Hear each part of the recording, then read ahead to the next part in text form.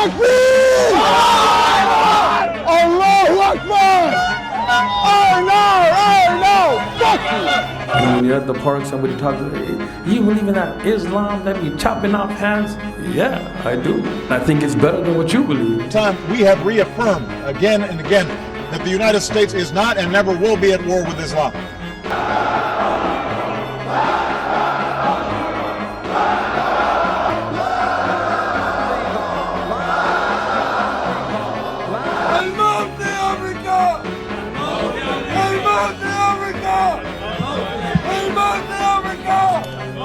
Malcolm. Islam teaches peace.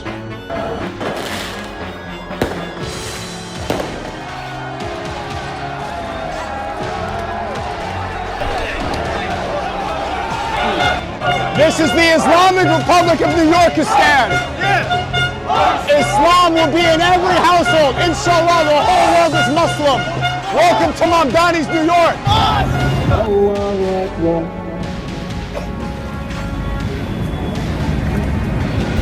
Allahu Akbar. Who's seen those videos where they're like, oh my God, the Muslims are taking over New York? So you seen those? You seen those? Let them know that we are taking over New York City.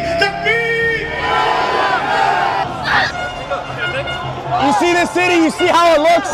Inshallah, your city looks just like this too. They've been saying the quiet part out loud. When are we gonna listen?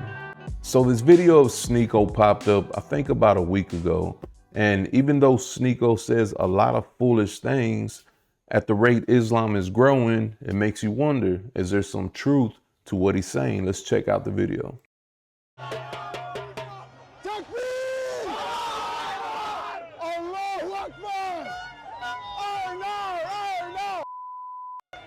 This is the Islamic Republic of New Yorkistan.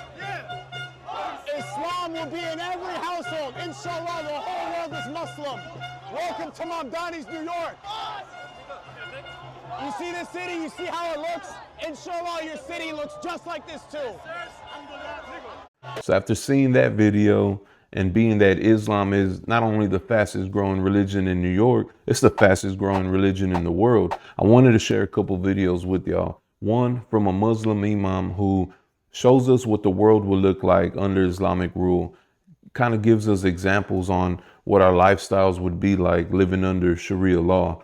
The other is from an ex-Muslim who lived that lifestyle, got out of that lifestyle and is a Christian now. And he has a warning for Christians everywhere on the dangers of Christians just not taking our walk serious, being asleep at the wheel while this other religion steps in. Let's check out the first one. So this is Abu Walid out of the UK, and I want you to pay attention to what he says. There's captions on the video, so if you can't understand him, he has a heavy accent, read the captions, but listen closely and pay attention to what he's saying. Equality to all of its members. Is there such a thing in Islam? Is there equality of faith? If we look to one hadith of Rasulullah sallallahu alaihi wasallam, on the authority of Abu Huraira, Sahih Muslim. So no Sunni Muslim can really argue against Sahih Muslim or Sahih Bukhari. Rasulullah said, don't greet the Jews and the Christians before they greet you, and when you meet any of them on the roads, force them to go on the narrow side of it. And Imam Malik, he said the same thing as well. In fact, Umar ibn Khattab, who Rasulullah sallallahu alaihi wasallam, he said that if there was to be another Nabi after me, it would be Umar ibn Khattab in his own charter, not charter of United Nations, in his charter with the people of Sham, with those Christians of Sham, in his charter was Kafir and Muslim, they're not allowed to wear the same clothes as one another. If the Muslim, he comes out on the day of Eid and he sees Kafir with nice clothes, the Kafir has to take his clothes off and give it to the Muslims. The Kafir, when he walks inside the street, he has to wear a red belt around his neck, and he has to have his forehead shaved, and he has to wear two shoes which are different from one another. He's not allowed to, and he's not allowed to walk on the pavement. He has to walk on. He has to walk in the middle of the road, and he has to ride on a mule. And that's only for the adults, not for the children. And you can see how Islam would make the child become a Muslim. The kafir, or the child growing up in a state of kufr, he will turn to Islam. Why? Because the child will be walking along with his dad. He said, Dad, yeah? Why you got your forehead shaved? I don't know whether these Muslims, they make me do it. Why you got to walk? Why can't you ride the animal? Like the Muslims, they walk like, ride the animal like this. Why are you walking with both legs dangling on the side of the donkey? Why is it every time the Muslim comes to you, he asks you for your clothes, you give it? Why is it every time he tells you to get down from the horse, you have to take it? And not only that, he said the kuffar, they can have their churches. They can have their churches, but they're not allowed to ring the bell. And if a Muslim, he's walking by, let's say for example, So I want to stop right here. This is pretty much halfway through the video. The video's only a little over 3 minutes long, but I want to touch on a few things that he said, right? One, he's saying if you come out and you see a Christian, he uses the word kafir. A kafir is someone who is a non-believer, Christian, Jew, whatever. If you see a non-believer dressed better than you, they should take their clothes off and give them to you. I mean, how ridiculous does that sound, right? They should have 2 different shoes on. Their head should be shaved, all crazy, right? He's not saying clean fade. No, he's saying head shaved off, different shoes, sitting on a donkey sideways. When you picture this, it's humiliation, right? It's to humiliate the person, sorry. And so the child will look up at his father and say, man, what kind of man is my father? You know, what kind of man is my father? Look how he looks. Look how he gets treated. Why would I want to be a Christian? I want to join the Muslims. Why would I want to be tormented as a Christian? I'd rather be the one tormenting. I'd rather be the one bullying, right? So it's fear-based, right? It's to scare you into submission. It's to put fear in you to make you submit to their God. There's no love in that. There's no love in that at all, right? And I want to touch on something he said that I thought that was pretty ironic. Just listen to this part right here. don't greet the Jews and the Christians before they greet you. And when you meet any of them on the roads, force them to go on the narrow side of it. And Imam Malik, he said the same. When I heard that, to force, non-believers, force Christians on the narrow side of the road, I just thought to myself, that's right. That's what we're called to do, right? Jesus says in the book of Matthew that wide is the path to destruction, the wide road, that's the path to destruction. But narrow is the road that leads to life. So just think of the irony in that. And he's literally saying, force them to the narrow side of the road. And as a Christian, that's what we choose. That's what we're called to choose, the narrow side of the road. But we're going to continue the video because it gets crazier. And I want you to hear this. A Muslim's been on Edgware Road, for example. He's had some nice shisha, some nice steak, no hubble bubble. We don't deal with anything like that. And he's walking along and he's rubbing his belly and he's like, oh man, I don't want to upset my wife tonight. What he can do, he can go to the church, knock on the door. John, let me in. Okay, no problem. John has to put up Abdul Ghafoor for the night. Abdul Ghafoor with his big belly, having his nice kebab. John has to open up the church and he has to go there and sleep there nice and comfortable and say, all right, John, thank you, and then carry on going early in the morning. Which wife is going to live with John under that type of circumstances? What kind of honoring is this for me to live with John and Abdul Ghafoor comes every Friday night and sleeps in our bed as well? Of course. Because sunnah is to look after the guest, innit? I can't make you sleep on my floor if you can't. You're a Muslim, by the way. So what about when Abdul Ghafoor goes to John's house? John, sleep on the floor, and I'll sleep on the bed. What's going to happen? Tracy's going to be on the floor thinking, my husband, he's got a forehead shaved, and this one, look at this one, khatab, mashallah. Which one's more attractive? We're not gay, but I'm just saying. A man with his forehead shaved and one belt around his neck and two different colored shoes, or Amir Khattab. Amir Khattab, we're talking about here now, with that nice Chechen hat, big beard, a bit to the side, yeah? And he's got the badges there, la ilaha illallah, la ilaha illallah, yeah? And he's got a big gun, and he's got a big camouflage jacket on, nice boots, gloves as well. Even if he's got a couple of fingers missing, still looks attractive. Yeah? What's Tracy going to do? John's in for a problem. He just let him in for a kebab, he lost his own wife as well. So everyone's going to become Muslim. That is, my dear brothers, the Islamic State. What he said right there, that is the Islamic State, right? We're living under Sharia law. We're living under Islam. And that's the way it goes. That's how it goes for non-believers. We could still have our churches, but anytime they want to walk in, We got to let them walk in, give them a place to stay, give them food, take my bed, you know, and I mean, it's crazy to me. It's crazy to me. And I want to hear what you guys think. What do you guys think about this? You know, and a lot of people say, you know, that's just a radical. That's a radical Muslim. But have you dug into the Quran? Have you read the Quran? Have you read the Hadiths?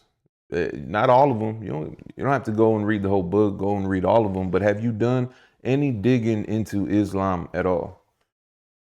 Then you would see what he's saying. It's a belief that Islam holds, right? Maybe you have watered down Muslims here in the States or in other countries who would probably see this and say, nah, I don't agree with that. But that's not true to Islam. And that's just being real, right? And I want to mention this, you know, I want to talk about the Muslim women out there. If there's any Muslim women watching this, where does that leave you, right? He gives this example of a guy, let's say a pastor named John, who has a church, and he has this Muslim guy who walks in, right? This guy was out on a Friday night. He said he was smoking, not drinking, because they don't do that. They don't drink. But he was out there, you know, smoking, having a good time, eating with his friends. He don't want to come home and disturb his wife because it's late at night and it's Friday night. So he goes to this church. And, you know, this guy, John, runs a church. And he's like, hey, John, let me in. I need a place to stay. And John lets him in, lets him go upstairs, sleep in his bed, gives him food. You know, John's sleeping on the couch. He has no choice. And then he says, John's wife, who he calls Tracy, he's like, what is she going to do? She's going to end up choosing the Muslim, right? And he's like, that's too bad. Okay, what about the Muslim's wife, right? Where's her choice in this? And that's my question to you Muslim women. If you're the Muslim guy in this scenario, if you're the wife, your husband, he didn't make it home tonight. He's laid up with Pastor John in his church with Pastor John's wife. I mean, you have to be okay with that. As a Muslim woman, you have to be okay with that. You have to be okay with your husband having multiple wives. You know, and that's my question to y'all. Are y'all okay with that? You know, and if you say yes, I'm okay with it. You know, it's what my religion allows, and so be it. But be truthful. Be truthful, right?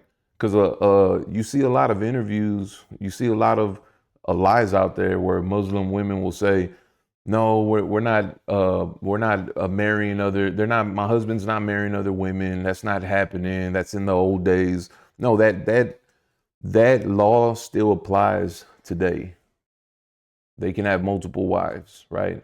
The woman doesn't have a choice. She doesn't have a choice. Now she's sharing her husband with this lady, Tracy. What kind of lifestyle is that? Think about that. What kind of lifestyle is that? So ask yourself, what's a better lifestyle? Christianity, right? Being humble, in humility, right?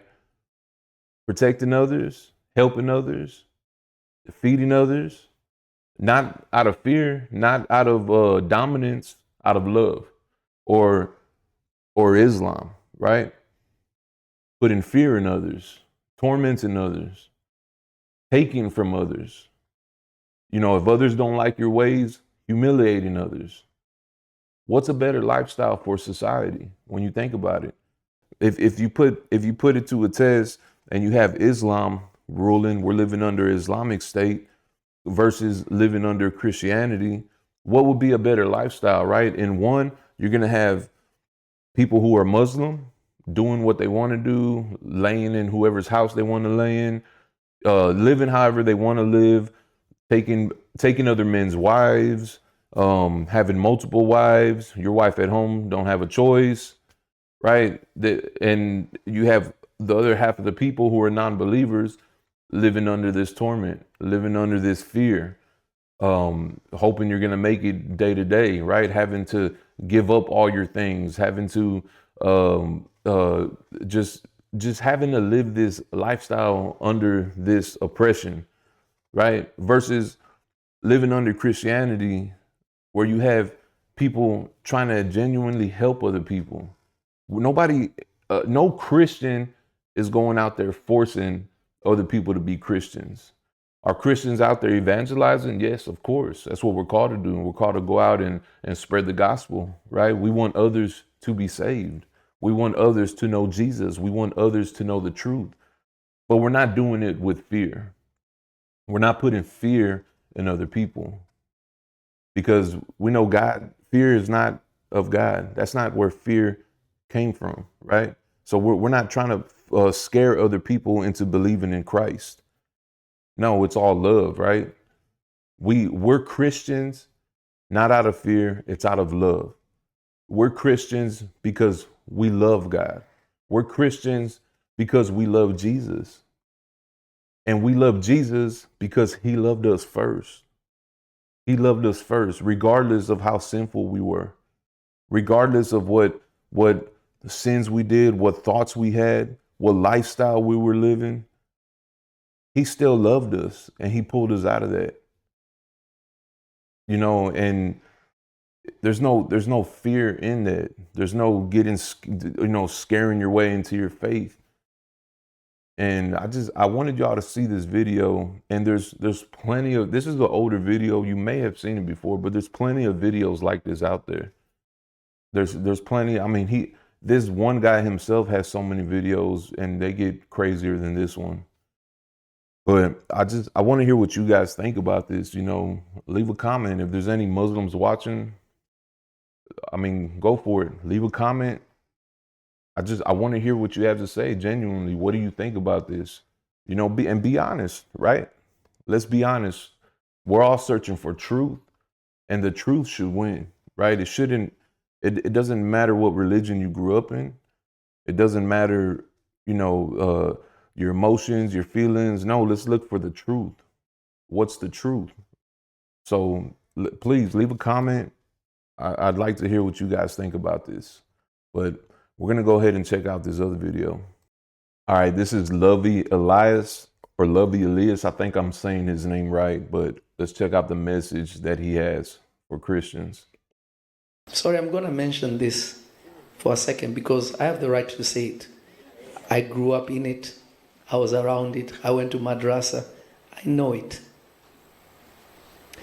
Islam was not designed to integrate into any system. It was designed to take over every system and submit the people in it to their God by force. They don't know what tolerance is. Go look at the UK, go look at Europe. You will cry. The Western way is dying, yet these are Christian lands. 50 years from now, mark my words, if the Lord hasn't come, some of the nations that you loved to visit will no longer be what you thought it was. You know, we go to different countries because of their diversities. They are planning global domination. You want to be nice. Islam is the religion of peace. Show me one country that it's in and it was peaceful. Doesn't exist. But do you know why it's happening? Because Christians are weak. Christians are weak. I was watching the Prime Minister of Japan. I mean, what do you think about what he's saying already? You know, and he says, what Muslim country lives in peace? And what's the reason that a lot of Muslims come to our country? A lot of Muslims migrate to the UK. Why? If their country, they're living amongst other Muslims in an Islamic state, then why move to a Christian country at all? Right? What do we have to offer if Christianity is so bad? And not that we're an all Christian country, because we're not. Majority we are, right? The UK, was at a certain point. I mean, I believe they still are, but what does the Western world offer that the Middle East doesn't offer? Why leave, right? Just think about that. They call the Prime Minister of Japan racist. He says, I don't care. Because the 3% of Muslims in Japan demanded to have a Muslim cemetery. You know what she said? Go bury your people back in your countries. That's not our way here. You want to do that, go to your country. Said, go do it in your country. If you're going to... I mean, another thing is too, just like this example he's given, you know, you might say, well, that's racist, they're Muslim or whatever, they're bigots, you know, why can't the Muslim bury how they want to bury? But why can't you respect the laws of the land that you're moving to, right? If you're moving to another country, that country's allowing you to practice your religion already, but why try to change why try to change the whole culture of the country, right? You moved to that country for a reason. And now you want to change the culture of the country, of what the country is. Why can't you move to that country and respect how that country lives? You're choosing to move there. So why can't you choose to move there and say, we're gonna respect this country's traditions, the laws of the land, and you know, we'll live amongst the people, how they live, and practice our religion on the side. What's so wrong with that? Why is it wrong one way, but it's not wrong the other way? Bury here, you bury the way we bury people. You're not going to do that here. And another politician, high ranked also, did something drastic like that too. They know, they said, actually the other one said that Japan will never be a Muslim nation. It will never be. But these guys are not even believers, but they're protecting their ways. Let me ask you a question. Or let me just say this. Poison is poison. Whether you put a little bit or you put a lot. If somebody pours poison in your drink with a smile, it's still poison. Now, I love Arab people. I have some Arab blood in me myself. Yeah. My youngest son is 100%. Sale is Arab. His mother is Arab. I love Arabs. But any true Muslim, there's no extremist Muslim. Islam is just Islam. There's no misinterpretation of a verse. Grab your phone and go to ChatGPT, which everybody has. Ask it to read the Quran for you, to refuse. Say, we don't quote sacred text. Yeah. Tell it to read the Bible, it will read it. It can criticize scripture. It will never criticize Islam. Yes. Christians, toughen up. Defend your lands. I'm saying this with love. I never wanted to talk about these things, but now I'm going to start talking about it. We grew up in it. We know what it looks like. Y'all don't understand. It's crazy. It's bad. It's bad. We used to get beat up to memorize things. I went to madrasa. I know what it is. I saw how people would just go in Kenya. They went and blew up the malls and killed so many people.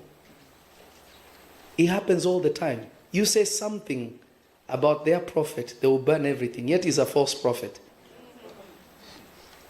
But they will say something about Jesus, there's no consequence. I'm not saying we go blow up anything. That's not our way. But we will defend what is ours.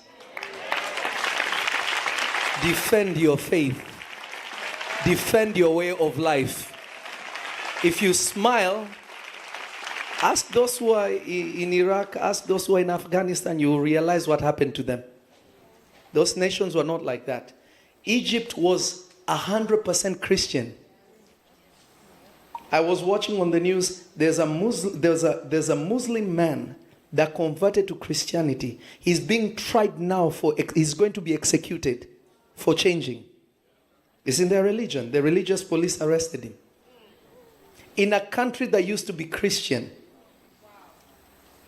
Now, it is not recognized as a Christian country. It's a Muslim country. What happened? Oh, come in. We have to be tolerant. Before you know it, parents had to tattoo their children with Christian symbols for them to know that they came from a family that was Christian.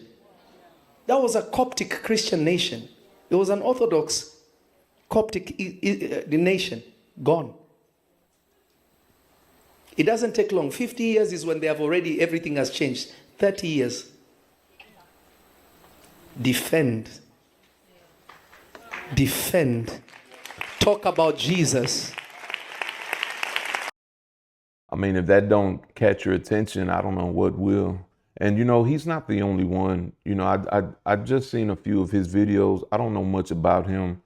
But what he's saying, there's plenty of ex-Muslims who they give the same warning, right?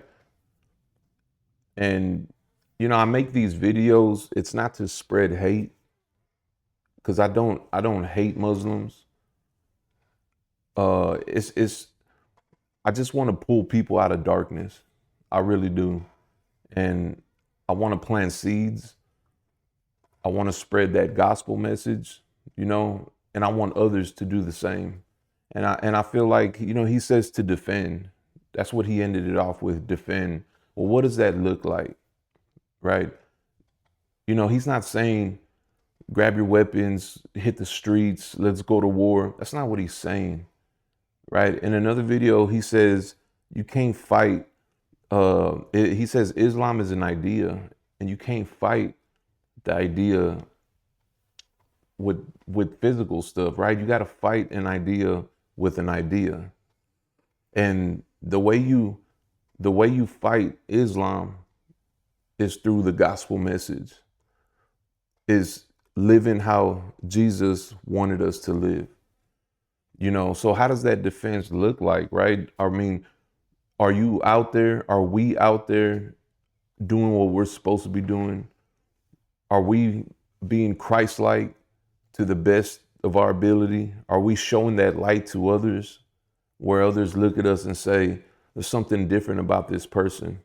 There's something different about him. He's not like others, and I like that. I want some of what he got, right? And it's Christ.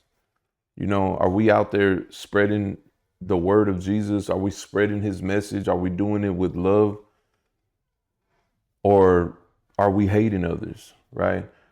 Are we attacking others all the time? Are we living bad lifestyles and then preaching to others about their lifestyle?